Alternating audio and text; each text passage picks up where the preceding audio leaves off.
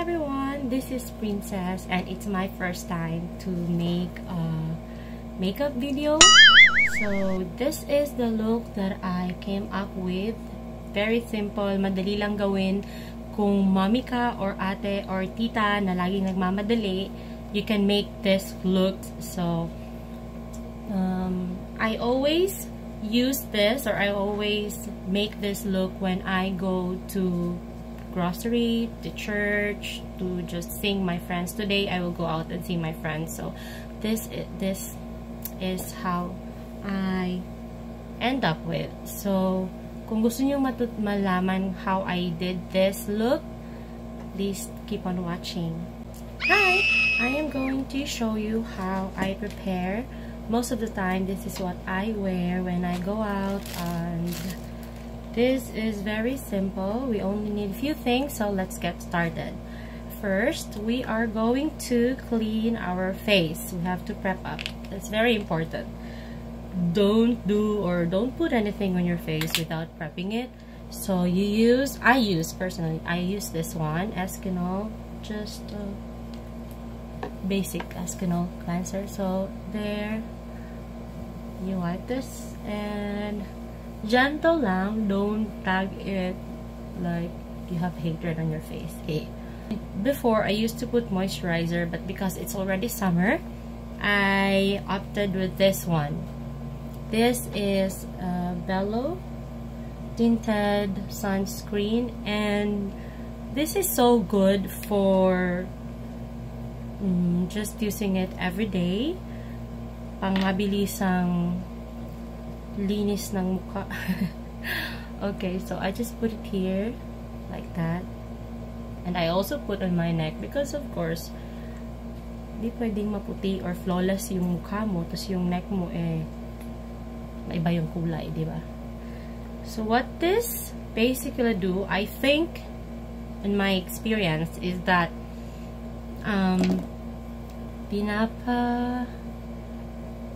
fair niya lang, or tinatanggal niya lang yung blemishes ng ating face. I'm sorry if I will keep on looking in this area from time to time because my mirror is here, so I have to take a look aside from this one, my camera. So there. And then your neck.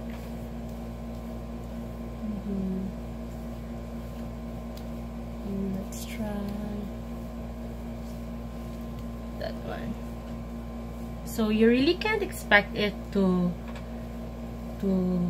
cover everything perfectly, like this one and yung ugat ko, and then the redness here, and of course my eyes redness, discoloration in my skin are still there, but you can, I think, let's try to put more if it's buildable. Here you can put more if you prefer, but if you really have a fine skin, if you're blessed to have it, so you can just go ahead and put powder already. So me, I tend to like put more just to cover the discolorations. Okay, there. This one is looking better. You think so? Yeah. Okay. Okay, this one. So after this one, you know what I like about this is madali siyang matuyo. Like, it doesn't have to feel sticky or icky the whole time na nasa face mo. So kapag pinot mo na siya dyan, good to go ka na. And then the next one, today I am gonna use my Lip and Cheek Stain Alive Skin Gentle. I got this one from... No. It's not me who got this one. My good friend got this one from Beauty MNL. And since then, since February, I think, ito na yung lagi kong ginagamit for my cheek. So you just put it here, like so. And kailangan bilis-bilisan konti kasi pag natuyo na siya, patay. But this is so good for, alam mo yung gusto mo lang ng parang summer or freshen lang na look. This is the one for it. And it stays a very long time. So that's why I place it here. I place it right after I used this one, because later after this we are going to put a powder. The style or the technique is that you use this one first, put the powder, and then later on kapag medyo na-wear off na yung powder mo, saka siya lalabas na you would look like nainitan lang ang peg. Hehe. Okay. You know what I mean? Okay, this one. There. So,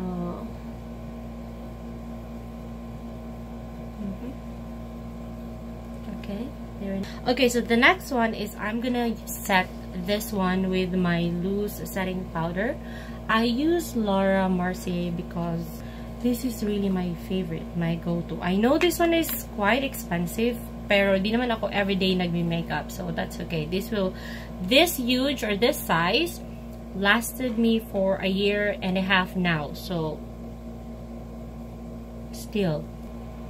Okay, so this one, I will do a baking process. Baking is this one, actually. You just dab the powder all over and make it, just leave it there for until you think na okay na siya, na naset na siya.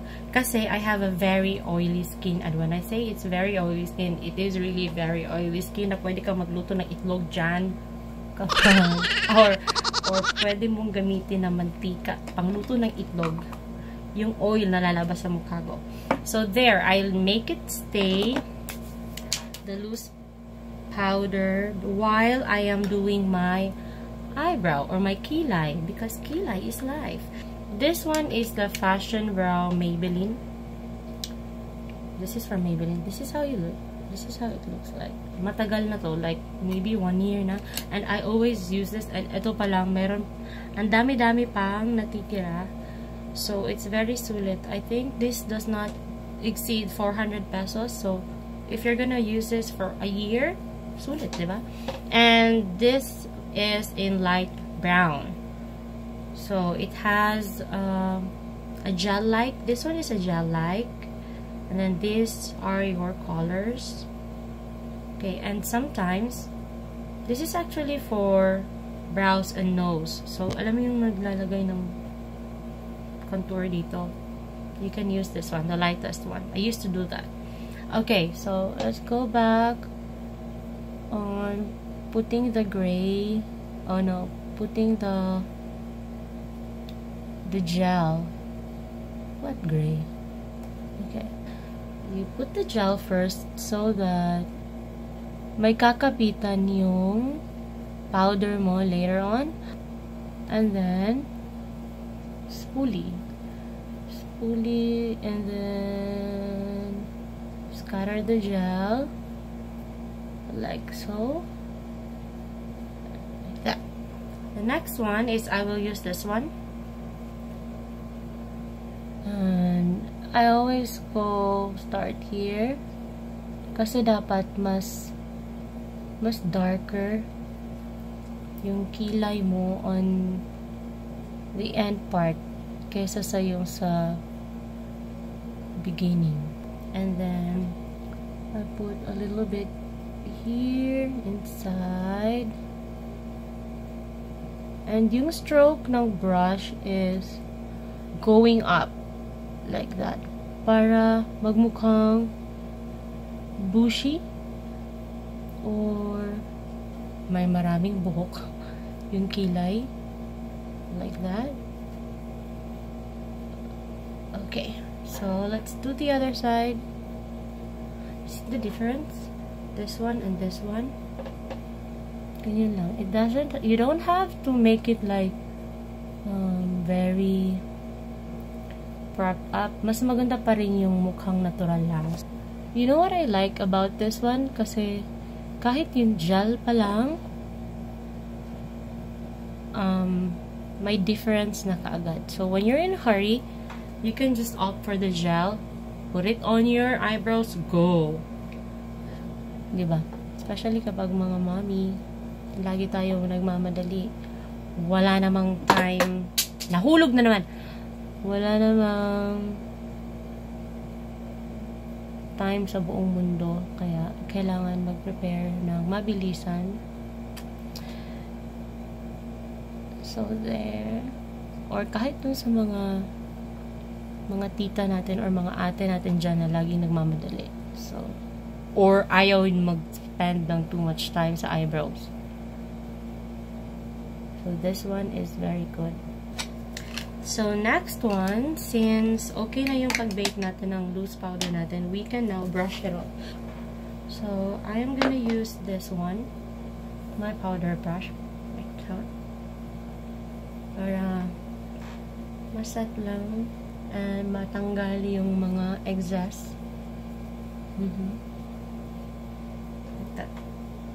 After that, I am gonna put a little bit of a bronzer. This is what I use for it.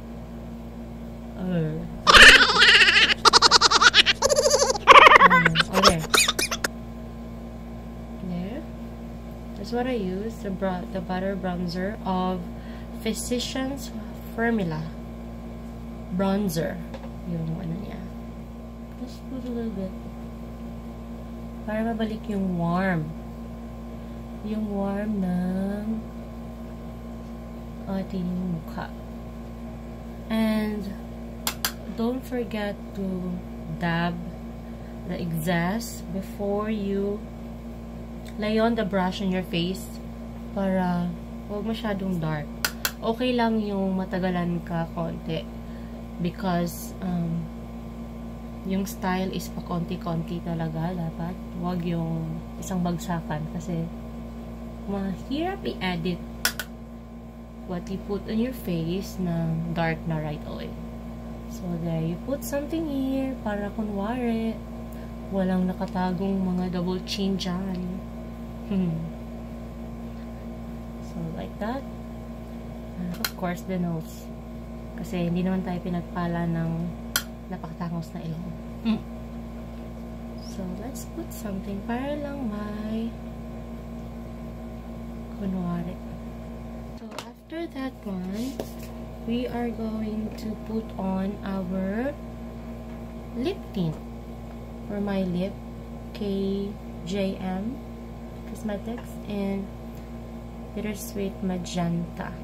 The other one is only for the cheeks and this one is only for the lips. I don't use them mixed because syempre yung bacteria. How I do it is I put more on the inside of my lips, like so, and then like that.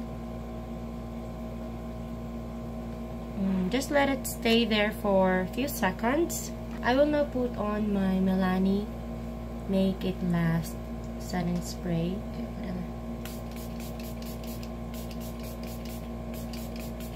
There.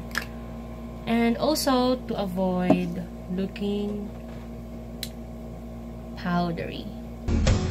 Okay, ganda.